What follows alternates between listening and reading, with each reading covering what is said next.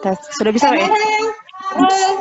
Action. Baik, Assalamualaikum warahmatullahi wabarakatuh. Anak-anak Ibu sekalian, kelas 8D.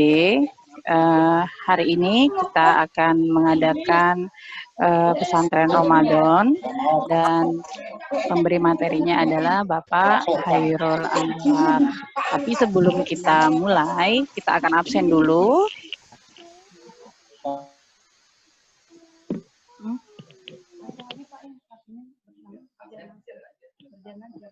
Jadi langsung lihat dari sini aja. Kemudian perhatikan baik-baik anak-anak. Nanti pada saat Bapak Hairul Anwar memberikan materi, tolong perhatikan baik-baik karena guru kamu di sini akan melihat semua kelakuan kamu yang ada di pertemuan ini, ya.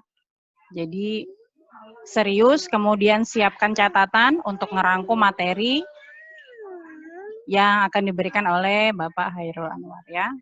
Baik, selanjutnya kami akan serahkan kepada Bapak Hairul Anwar dan materi kali ini adalah meraih 5 sebelum yang 5. Baik. Kita tunggu sana.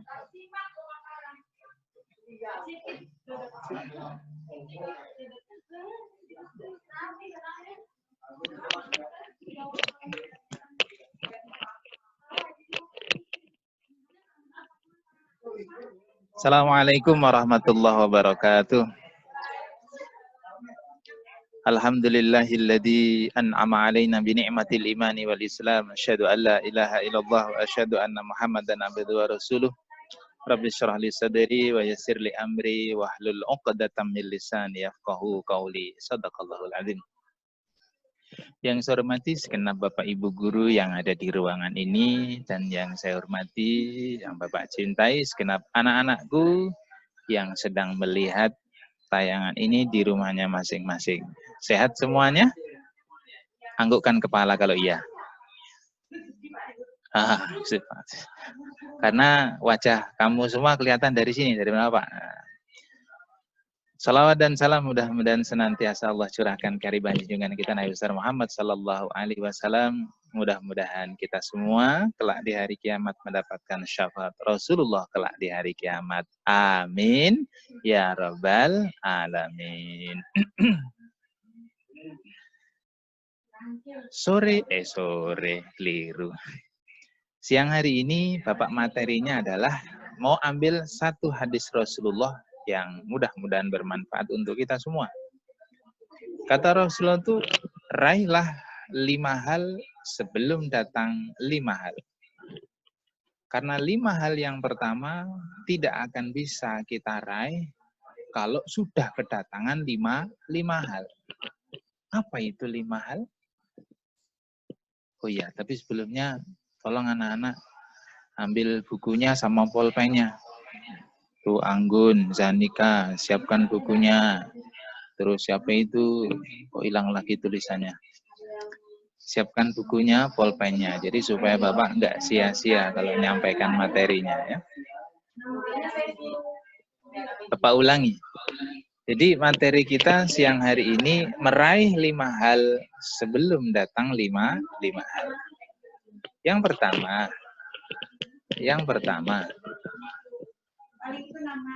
syababaka qabla haramik. Raihlah masa mudamu sebelum datang masa tuamu. Jadi artinya gunakan waktu muda dengan sebaik-baiknya sebelum datang masa tua.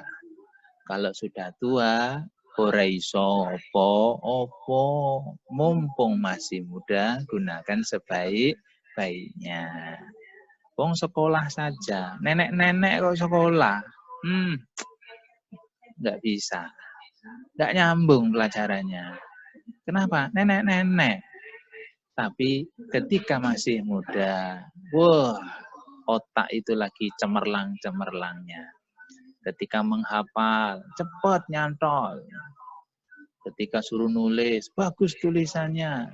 Nah, karena sehingga apa? Waktu muda gunakan sebaik-baiknya sebelum datang masa tua. Coba yang suka sama lagu qasidah kan masih ingat itu lagu zaman dulu. Belajar di waktu kecil bagai mengukir di atas batu. Nah, belajar sesudah dewasa bagai mengukir di atas air. Coba nulis di atas batu sama nulis di atas air, lama mana hilangnya? Cepet hilangnya di atas air. Artinya apa? Ketika masa muda kok mau belajar, maka nyantolnya di sini loh, lama. Tapi kalau belajarnya sudah tua, ya bisa, tapi hilangnya cepat. Nah, waktu saya bapak di pondok pesantren itu dikasih tahu sama Pak Guru Bapak tuh ini, ilustrasinya. Orang itu ada dua macam ketika belajar. Ada yang gampang paham, ada yang susah paham. Beliau mengibaratkan seperti botol minyak wangi yang segini gedenya ini, satu jari. Kamu lihat, kita lihat bersama. Botol minyak wangi itu yang gendut kan perutnya, tapi lehernya kecil. Lehernya kecil. Orang itu bisa menerima pemahaman sama seperti itu. Kita lihat orang yang botol minyak wangi yang perutnya gede, kemudian lehernya kecil, itu ketika dimasuki air minyak wangi itu susah payah, harus pakai suntikan. Susah payah. Tapi hilangnya, artinya tumpahnya air ketika dibalik, itu pun juga lama. Kenapa? Lehernya kecil. Itu seperti seorang pemuda ketika masih menuntut ilmu. Tapi kalau orang sudah tua, perutnya gede, lehernya gede. Jadi kalau dikasih air satu timba itu cepat masuknya, cepat. Tapi ketika dibalik itu botolnya langsung hilang. Itu sama seperti orang tua yang belajar bisa, tapi gampang hilang. Makanya gunakan masa muda sebelum datang masa tua, supaya tidak sia-sia, tidak merugi ketika masa tuanya. Sudah dicatat semuanya ini? Umi dicatat apa enggak Umi Robiatul sama Syifa Zahra? Loh malah guyu. Dicatat ya, dicatat, jangan sampai enggak. Bu Tri dicatat enggak Bu Tri ini?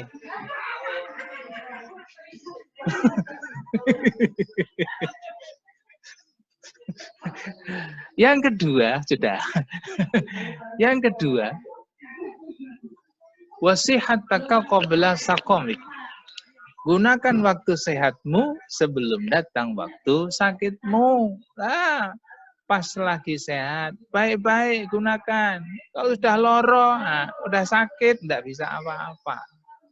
Mumpung masih sehat, sekolah. Mumpung masih sehat, makannya enak. Mumpung masih sehat, bisa sana ke sini. Tapi kalau sudah sakit, sayur lodeh rasanya pahit. Sayur asem rasanya asem. Tuh, mulai dulu Pak, sayur asem tuh asem Pak. Artinya apa? Kalau sudah sakit itu, sudah nggak bisa menikmati apa-apa. Contoh, mudah. Orang kalau giginya masih utuh, makan apa aja enak. Makan kepiting. Nggak perlu pakai apa itu copet, pukulkan itu. Nggak perlu. Kenapa? Giginya utuh. Kenapa? Pakai gigi. Kalau ngupas itu kepiting. Coba udah tua. Sakit. Giginya ompong. Habis. Itu nggak bisa gigit. Malah ngemut kepiting malah. Nah, gunakan baik-baik ketika waktu waktu sehat sebelum datang waktu sakit. Karena kalau sudah sakit semuanya sudah berubah, tidak terasa enak lagi. Itu yang kedua. Yang ketiga, waghinaka qabla fakrik. Gunakanlah kata Rasulullah, gunakan waktu kayamu sebelum datang waktu fakirmu. Gunakan waktu kayamu sebelum datang waktu fakirmu. Mumpung masih kaya, banyak-banyaklah bersedekah. Mumpung kaya, bantulah orang-orang yang kekurangan. Karena kalau sudah fakir, tidak bisa apa-apa. Sekarang ada pertanyaan. Kira-kira orang kaya sama orang fakir masuk surganya duluan mana? Orang kaya sama orang fakir masuk mana? Masuk surganya duluan mana? Gak ada yang jawab ini. Ketahuilah, orang kaya sama orang fakir itu masuk surganya duluan orang fakir. Makanya kamu semua kalau mau masuk surga duluan, jadilah orang mau jadi orang fakir. Tidak mau.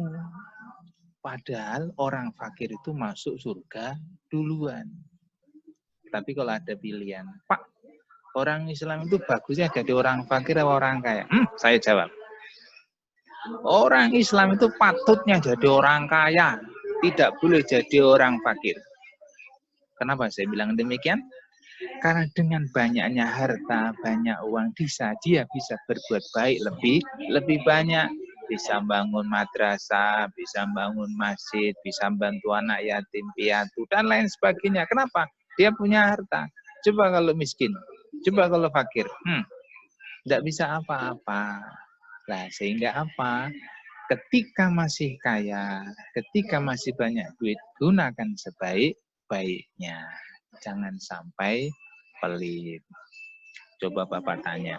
Jawab sendiri-sendiri ini ya. Kira-kira ini. Ada pengumuman. Kamu hadir di majelis taklim. Bapak-bapak, ibu-ibu, sebentar lagi ada kota amal nanti akan berjalan. Tolong silahkan memberikan dengan sukarela, dengan seikhlasnya. Kemudian jalanlah kota amal tadi di hadapan Anda semua. Di kantong Anda semua itu ada duit dua. 1.50.000, 1.5.000. Tak ulangi, di kantong sampean ada dua duit, 50.000 sama 5.000. Pertanyaannya, yang Anda cemplungkan dalam kotak amal tadi duit berapa? Yang dalam masukkan tadi itu duit berapa? Yang 50.000 apa yang 5.000? Ayo jawab. Yang ketawa mesti jawabnya 5.000. Oh, enggak ada yang ketawa ya? Pasti 5.000. Nah, itu kelihatan. Kelihatan apa? Bakhilnya. Makanya kalau hadir di majelis taklim, tidak usah bawa duit dua, satu saja, 50.000. Karena setan tidak akan bisa menggoda, tidak bisa menggoda. Nah, coba kok dikit ini, Pak, sedekah itu kan yang penting kan ikhlas, Pak. Iya, ikhlas yo ikhlas, tapi titik. Tapi sedikit. Ya, coba kita berlogika. Ketika di alam kubur, dalam kuburan, duit 5.000 sama duit 50.000 itu kok nanti dibuat lampu di alam kubur terang mana? Pasti Anda semua jawabnya terang yang duitnya 50.000. Nah, tadi Anda jawabnya nyumbangnya 5.000. Ngono begitu kok mau terang alam kuburnya. Nah, jadi gunakan waktu kayamu sebelum datang waktu miskinmu. Emang benar, sedekah yang penting ikhlas. Tapi bahasa Jawanya ngono ya ngono, tapi ojo ngono gitu ya. Yang keempat, wahayataka qabla mautik. Gunakan waktu hidupmu sebelum datang waktu matimu. Mumpung masih hidup, gunakan sebaik-baiknya sebelum datang kematian. Bapak itu kalau cerita ini, orang mau mati itu tanda-tandanya banyak. Nih, di antara kalian kok sampai ada tanda-tanda seperti yang Bapak sebutkan ini, hati-hati. Yang pertama, mata sudah mulai rabun. Tapi anehnya ibu-ibu itu kalau duit lihat warna merah, semangatnya, Masya Allah. Tuh, berarti kalau mata sudah mulai rabun, siap-siap. Pertama. Yang kedua, kuping sudah mulai apa? Sudah mulai tuli, dipanggil pura-pura nggak dengar. Siap sih, siap-siap. Kulit sudah mulai modot, molor. Ditarik ke atas tuh kayak karet itu. Siap sih, siap-siap. Nah, itu sudah contoh. Artinya apa? Kalau dalam diri kita sudah ada hal-hal semacam itu, sudah siap-siap, siap-siap. Rambut sudah mulai kembang jambunya sudah banyak. Tahu kembang jambu? Kembang jambu itu sudah mulai merah-merah. Nah, siap-siap, hati-hati. Makanya kalau ada tanda-tanda seperti itu pada diri kita, siap-siap. Jadi Bapak ulangi yang keempat tadi adalah gunakan waktu hidupmu sebelum datang waktu matimu. Apa gunanya cantik jelita, tapi kalau mati? Ya Banda? Apa gunanya gagah perkasa, kaya raya, tapi kok mati? Nggak ada gunanya. Nah, makanya gunakan sebaik-baiknya hidup sebelum datang kematian. Yang terakhir, yang kelima, wa faraghaka qabla suhlik. Nah, ini yang sering. Gunakan waktu senggangmu sebelum datang waktu sempitmu. Mumpung masih ada kesempatan, gunakan sebaik-baiknya sebelum hilangnya kesempatan tersebut. Nih, Bapak yakin di antara anak-anak yang hadir di sini, yang melihat tayangan ini, punya banyak waktu nganggur di rumah. Tapi Bapak punya pikiran gini, adakah yang hari ini ngajinya Al-Quran sudah sampai di hari yang ke-7 sudah sampai juz 7? Nah, jawabannya kayaknya belum ada ini, kayaknya belum ada. Puasa sudah hari ke-7. Harusnya kalau di rumah banyak waktu, berarti dia bisa menggunakan waktunya 1 hari 1 juz. Berarti kalau sudah dapat 7 hari puasa, berarti sudah 7 juz. Kira-kira ada enggak seperti itu? Nah, toh, enggak jawab semua. Nah, kenapa kita enggak bisa menggunakan waktu kesempatan dengan sebaik-baiknya? Nanti udah sempit, sudah susah, baru Bapak tuh kelihatan anak-anak itu habis waktunya untuk dolanan HP. Iya pada, ayo ketawa bilang iya. Nah, tuh ketawa. Umi juga kan main HP kan Umi Robiatul. Wah, dolanan HP. Nah, jadi gunakan sebaik-baiknya itu. Jangan sampai waktu itu disilangkan sia-sia. Loh Pak, kan Ramadan itu kalau puasa tidur kan berpahala. Iya, memang pahala. Tidurnya orang puasa itu termasuk ibadah. Kalau tidur aja Pak, yo bahasa Jawanya ngono ya ngono, tapi ojo ngono gitu ya. Silakan tidur, tapi tidak boleh melampaui batas. Wah ini habis sholat subuh tidur, bangun jam 4 sore, enggak sholat duhur. Wah ya, berarti sia-sia.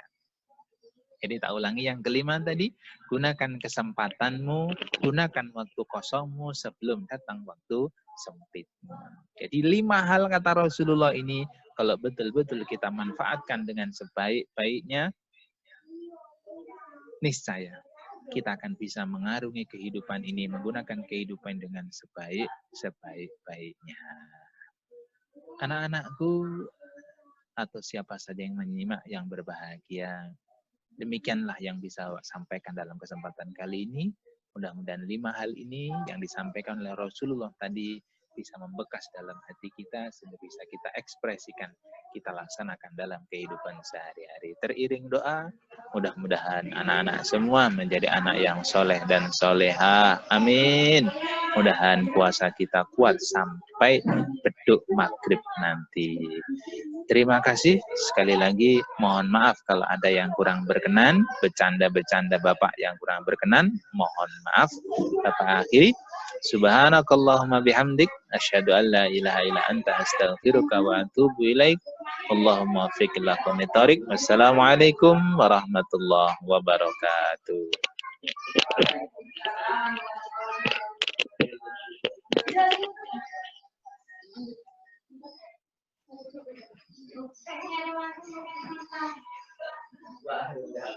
Sudah, Pak? Sudah habis kah? Masih kah, Pak? Oh ya. Baiklah, sekian itulah tadi penyampaian dari Bapak Hairul Anwar.